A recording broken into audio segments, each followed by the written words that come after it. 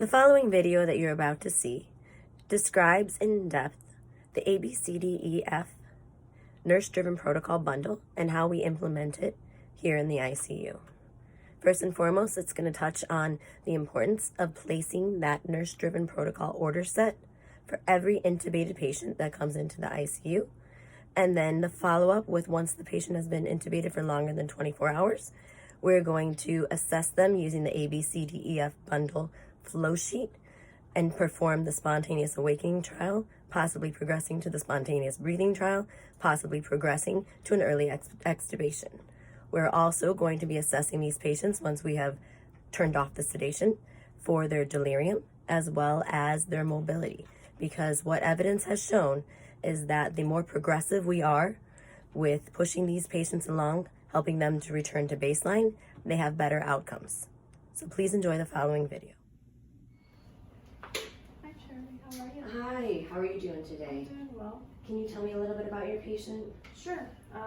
She's a 65-year-old female that came in with pneumonia about 2 weeks ago and developed peritonitis, status post-ileus, and had an ELAP yesterday, but was unable to be extubated post-surgery.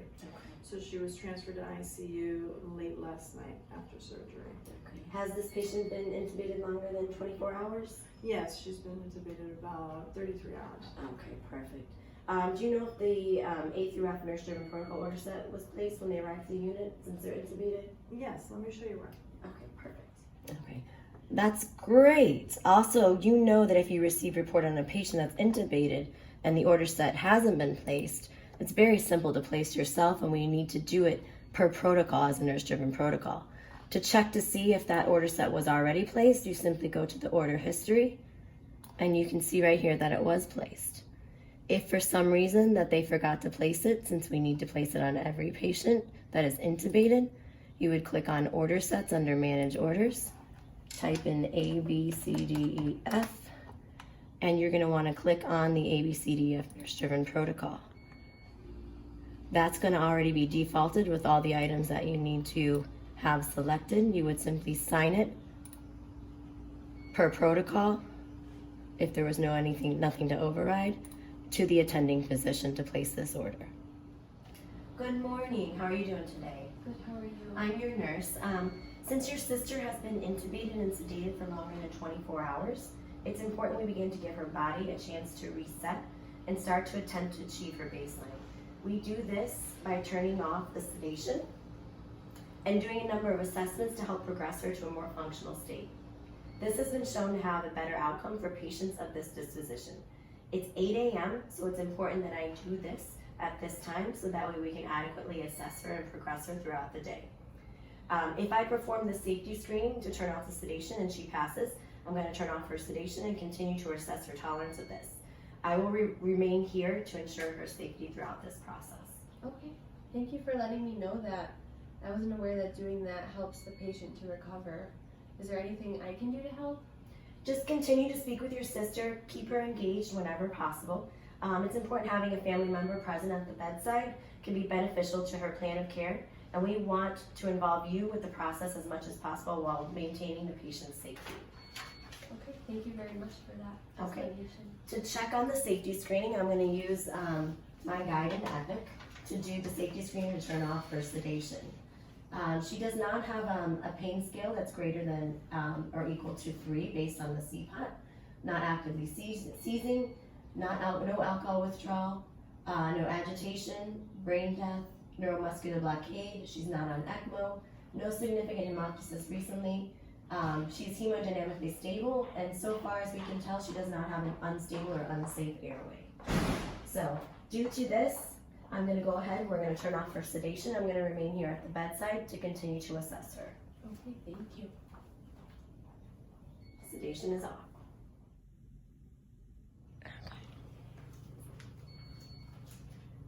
Okay, this is Miss Johnson.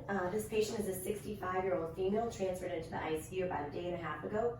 Status post-ELAP due to complication respiratory status due to concurrent pneumonia, preventing extubation status post-surgical procedure.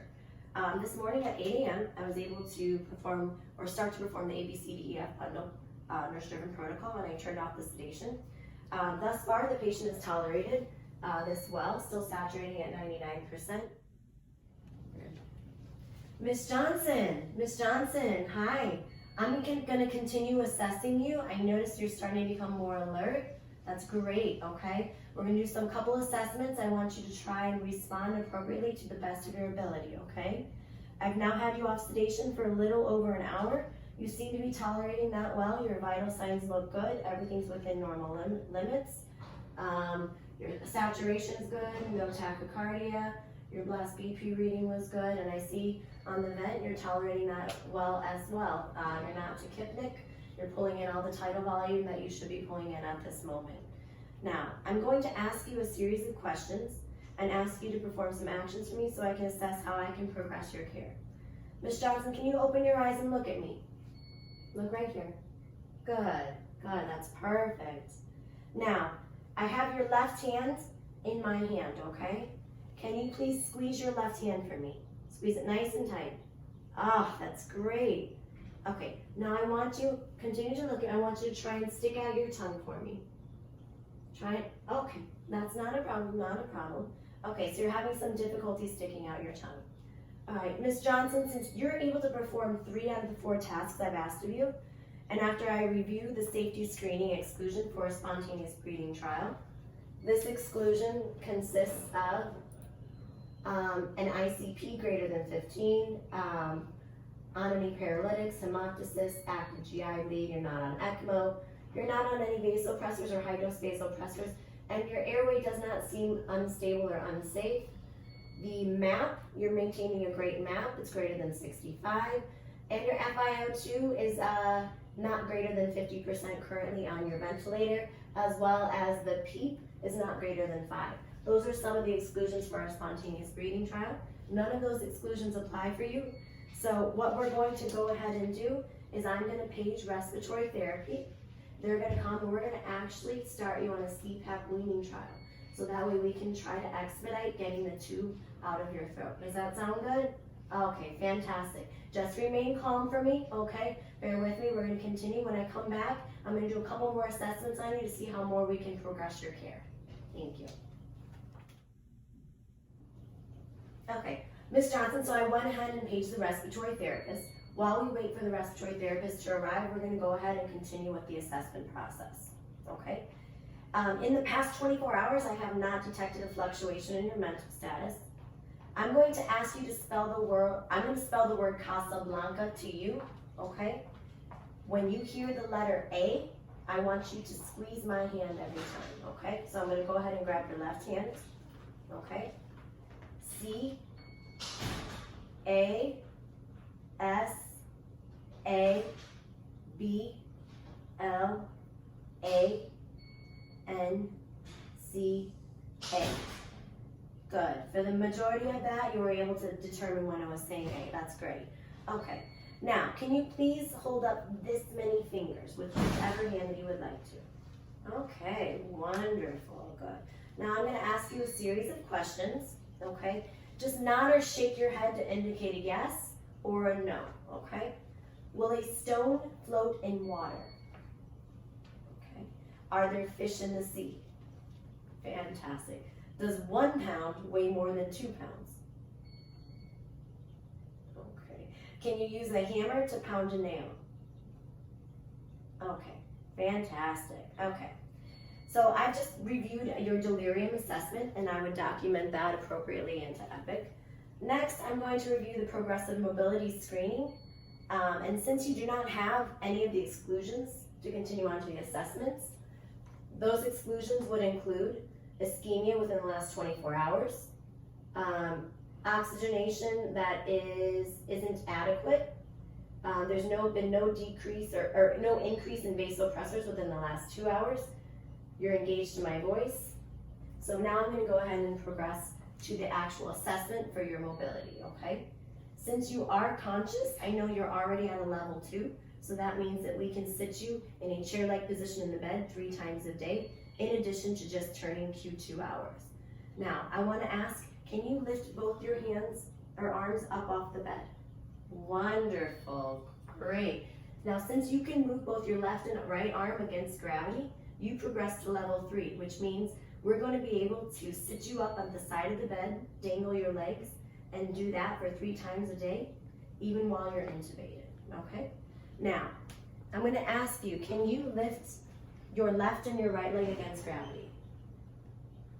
Okay, so we're having some difficulty. Okay, so we're having some difficulty with that, which means I can't progress you to level 4. If you were able to lift your legs against gravity, I would then contact physical therapy and occupational therapy, and they would help me in assisting you up out of bed to the chair, even with you being intubated. Okay. When documenting the progressive mobility assessment, in your flow sheet under the ABCDEF bundle, you will simply document under letter E, where it gives you the different levels, whether they are unconscious, conscious and can move their arm against gravity, or conscious and can move their legs against gravity as well. When you click on that associated box, it will indicate what type of interventions that you would need to do. This is the flow of the early progressive mobility protocol. And this also correlates with the specific interventions that you would be implementing for these patients depending on the level that you assess them to be at. Now let's continue with our patient. Hi there. Oh, great. This is Haley from respiratory therapy. She's come to help us change your vent settings. This patient has tolerated the spontaneous awakening trial and has passed the spontaneous breathing safety screen. So now we're ready to progress to the spontaneous breathing trial. Thank you for letting me know that. I will be using the order that is already built into the ABCDEF protocol order set to place this patient on CPAP while we stay together to assess the patient's tolerance at the bedside for a minimum of 2 minutes. I'll go ahead and change her over to CPAP now. Perfect. I'll wait right here and we can assess together for the 2 full minutes. Okay, she's on CPAP mode now. Okay. Well, time has elapsed. It's been about 2 minutes, and it seems that the patient is tolerating the CPAP settings as evidenced by the fact that we are not seeing 60 seconds of apnea. We're not seeing the use of accessory muscles. There's no tachypnea. There's not a slower rate of breathing. She's oxygenating well with the vital signs. Heart rate is within normal limits. We're not seeing any changes in the blood pressure readings. EKG strip looks normal, and her mental status seems to remain intact. How are you feeling? Okay? Everything, I know we're working on getting that out as soon as possible. Okay, so I'm going to contact the intensivist to inform them that the patient is on CPAP and tolerating thus far. Okay, I will be back in about 60 minutes to gather an ABG on this patient to further assess their status. Please inform the intensivist when you call them that I will have an ABG completed in about an hour for them to review. Definitely, no problem. Thank you. You're welcome. This patient ended up being extubated a full day sooner than expected due to the use of this progressive protocol. This patient also left the ICU and the hospital a full day sooner as well. This A through F protocol empowers the nurse to advocate for their patients and directly have an impact on improving their outcome and reducing their length of stay.